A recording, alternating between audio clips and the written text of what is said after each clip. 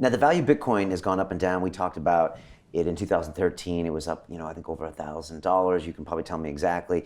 As the value of a Bitcoin goes up and down, and I'd love for you to explain the ramifications for that and the finite number of Bitcoins and how that makes a difference or doesn't. How has the interest in Bitcoin, does it track with the price? Yes. Okay. It does. But whereas... which is so frustrating. Right, because it's illogical that it should. Because it's illogical, and more importantly, the price is the least relevant or interesting part of Bitcoin. Exactly. Can you explain that dichotomy to people? Because a lot of people would say, oh, that makes sense. But if you explain it a little bit better, you understand that it doesn't really make sense. Well, think about it this way. In 2000, 90% of all internet startups went belly up. Almost $1 trillion of value was destroyed. And that was the internet's best year.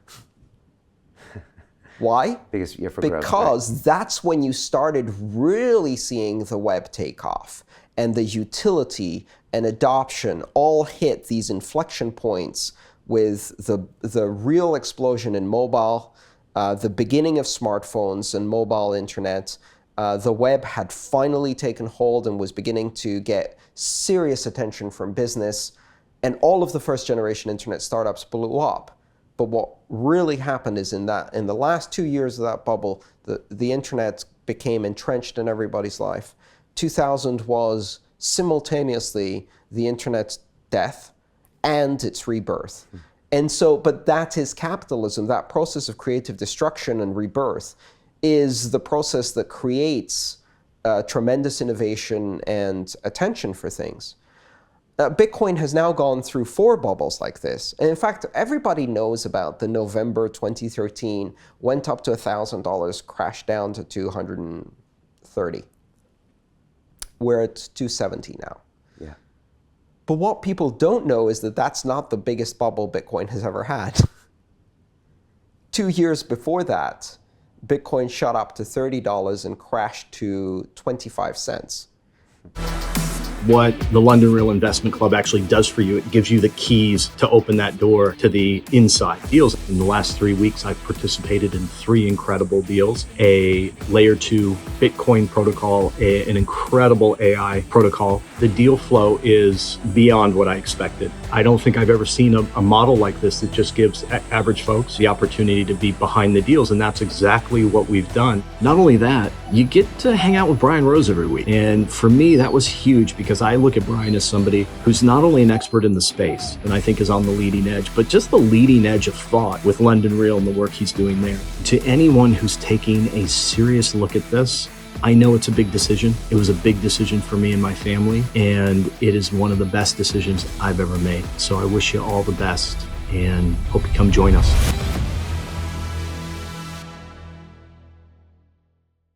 And in relative terms, that was a bigger climb and a much bigger drop. And it took almost 2 years to recover from that. And that was its second biggest bubble, because the really big bubble was when it went from 1/1000th of a penny to $1. Right. And at $1, that was the real birth of Bitcoin, because parity was almost considered unattainable. The dollar per Bitcoin was like a holy grail dream. Right, because it started off as worth basically zero in an idea. Absolutely. And the idea that you can bootstrap a global currency from nothing was in itself a ridiculous idea. So when you hit dollar parity, you've proven that you can bootstrap a global currency from nothing, and that's never happened before. To then say that the Bitcoin is dead because it's at 260, if you go back, the idea that it could ever reach 260 was insane. And by the way, we're not done. We've got at least 3 or 4 more bubbles. Right.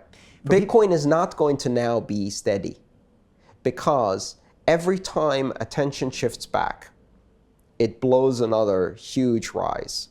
Right. And because there's not enough to sustain that rise usually, it will then revert and crash down again. This is a roller coaster.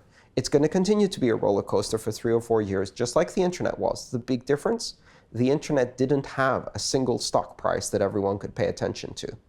So it's both a blessing and a curse. Right. It's a blessing because as an investment vehicle, by attracting people to speculate on it, it's generated a lot of attention when it goes up. It generates a lot of investment in Bitcoin companies, and a lot of the early Bitcoin millionaires, if you like, were able to reinvest their Bitcoin into startups.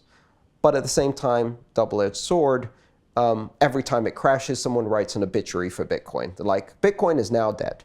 By the way, there's a site called bitcoinobituaries.com where you can read 150 obituaries written since 2010, all of which are not true. And I am guaranteeing you there are going to be 2 to 3 more years of obituaries being written about Bitcoin.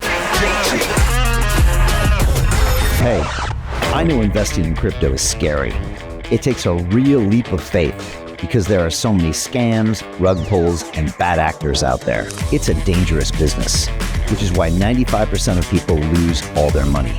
Well, that's why I created the London Real Investment Club, so you can access the hottest deals on the planet and use the crypto bull market to create the generational wealth that you deserve. Join my team of over 100 people from around the world that are making millions of dollars behind the scenes investing in blockchain, AI, Web3 games, DeFi, Bitcoin, and more. Don't miss out. Click the link below to book a call with one of my team now. But hurry, this bull market will end soon. I know investing in crypto can be scary. That's why you gotta join the investment club. Pull the trigger. Let's do this.